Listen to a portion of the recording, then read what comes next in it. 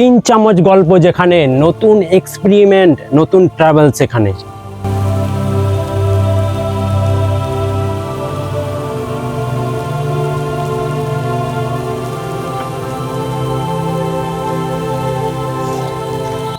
শান্তি, শান্তির মানে জানেন?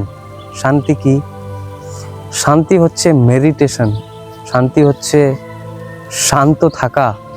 তো আমরা এমন একটা জায়গায় চলে এসেছি যেটা বোলপুরের একটা টুরিস্ট প্লেস বলতে পারেন। এই জায়গাটা বোলপুর স্টেশন থেকে মাত্র 6 কিলোমিটার মতো ডিস্টেন্স হবে। আমরা সোনাঝুরির হাট জানি, সোনাঝুরির হাট থেকে সামান্য চলে এলেই আমরা এই জায়গাটা চলে আসতে পারবো। তো চলুন, আজকের শান্তির খোঁজে আমরা এসছি শান্তিনিকেতনের সেই জায়গায়। আমরা জানি শান্তিনিকেতন মানে হচ্ছে একটা শান্তির শহর, আর এই শান্তির শহরের মধ্যেই একটা লুকিয়ে আছে রত্ন, 34 ফুটের একটা সাদা মূর্তি।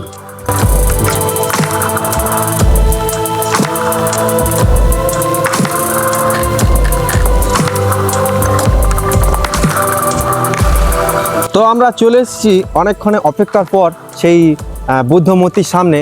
34 ফুটের মূর্তি এখনো দাঁড়িয়ে আছে, দেখো মাথা উঁচু করে, কত সুন্দর লাগছে দেখতে, মেঘলা আকাশ। বুদ্ধদেব মানে জানি যেটা মেডিটেশন, শান্তি, চিকিৎসা এখানে লাগানো আছে। আমরা যাওয়া যাবে না ভেতরে। তো দেখতে পাচ্ছেন একজন বৃদ্ধ লোক শুয়ে আছেন, আর বুদ্ধদেব উনি ওনার চিকিৎসা করছেন। হাঁটুতে মনে হয় ব্যথা কিছু, হ্যাঁ, ওই চিকিৎসা করছেন। আর ওই সাইডে ওনার একজন শীর্ষ, হ্যাঁ, তিনি খুব সুন্দরভাবে রয়েছেন। ওইদিকে জানলা দিয়ে দেখছেন যে কিভাবে চিকিৎসাটা হচ্ছে।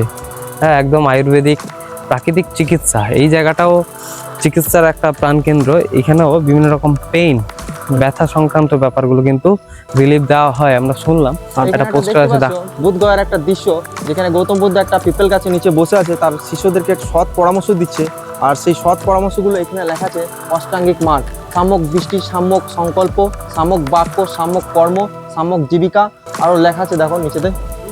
পঞ্চশীল, গৌতম বুদ্ধদেব যিনি 5টা নীতি 5টা শিলার মধ্যে লিখে গিয়েছিলেন, সেই 5টা শিলাই এখানে লেখা আছে দেখেন।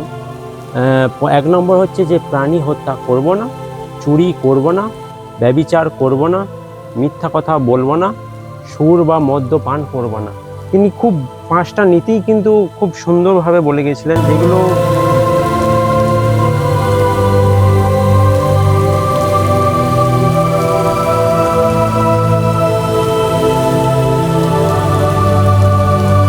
আর এইগুলো হলো সব বৌদ্ধ ভিক্ষুক।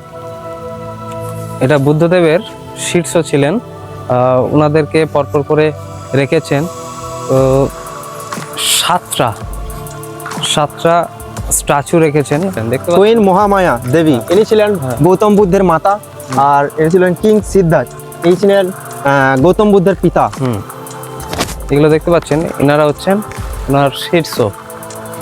মেডিটেশন এমন একটা জিনিস যেটা আপনাকে বহুত কিছু উপকার করে।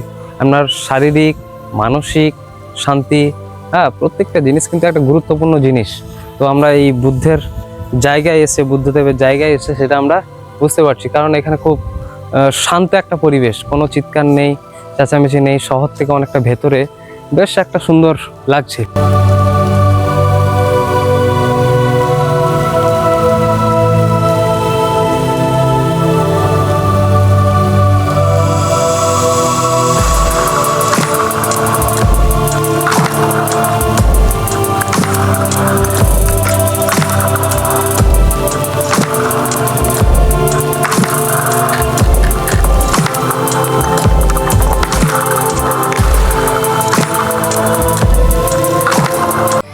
তো এই জায়গাটা দেখতে পাচ্ছেন একটা অশ্বত্থ গাছ, তার নিচে বুদ্ধদেব উনি ধ্যানে মগ্ন হয়ে বসে আছেন। লেখাও আছে দেখুন, বোধি বৃক্ষ, যে বৃক্ষের নিচে বসে 6 বছর কঠোর সাধনা করে বুদ্ধত্ব লাভ করেছিলেন। বুদ্ধগয়া থেকে আনিত সে প্রজাপতির বৃক্ষ, ওখান থেকেই কোনো বীজ থেকে, যে বৃক্ষের নিচে বসছিলেন কোনো বীজ থেকে হয়তো এই অশ্বত্থ গাছের বীজটা হয়েছিল, সেখান থেকে বুদ্ধগয়া থেকে বীজটা এনে এই গাছটা রোপণ করা হয়েছে এনারা বলছেন। তো কত সুন্দর একটা জায়গা, যেখানে আপনি যদি মেডিটেশন করেন, বসে যদি শান্তভাবে বসে থাকেন, এখানে একটা বসার জায়গাও দিয়েছে, যদি আপনি এইভাবে বসে থাকেন না একটা শান্তি আসবে। অশ্বত্থ গাছ, এই গাছটা যখন আরো বড় হবে একটা বিরাট বড় এরিয়া নিয়ে নেবে, বেশ সুন্দর লাগবে।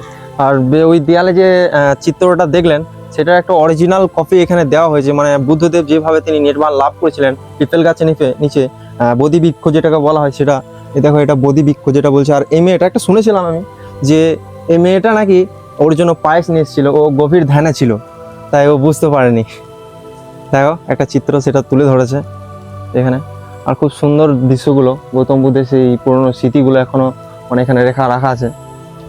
এই জায়গাটা তো অনেকটা শান্তিপূর্ণ জায়গা, তো এই জায়গাটাকে আরো শান্তিপূর্ণ বানানোর জন্য সুন্দর একটা ছোট্ট গার্ডেন বানানো হয়েছে, যেখানে পেয়ারা গাছ রয়েছে, কাঁঠাল গাছ রয়েছে, ফুল গাছ রয়েছে, নানান ধরনের গাছ লাগিয়েছে, যে গাছগুলোর নাম আমরা হয়তো জানি না।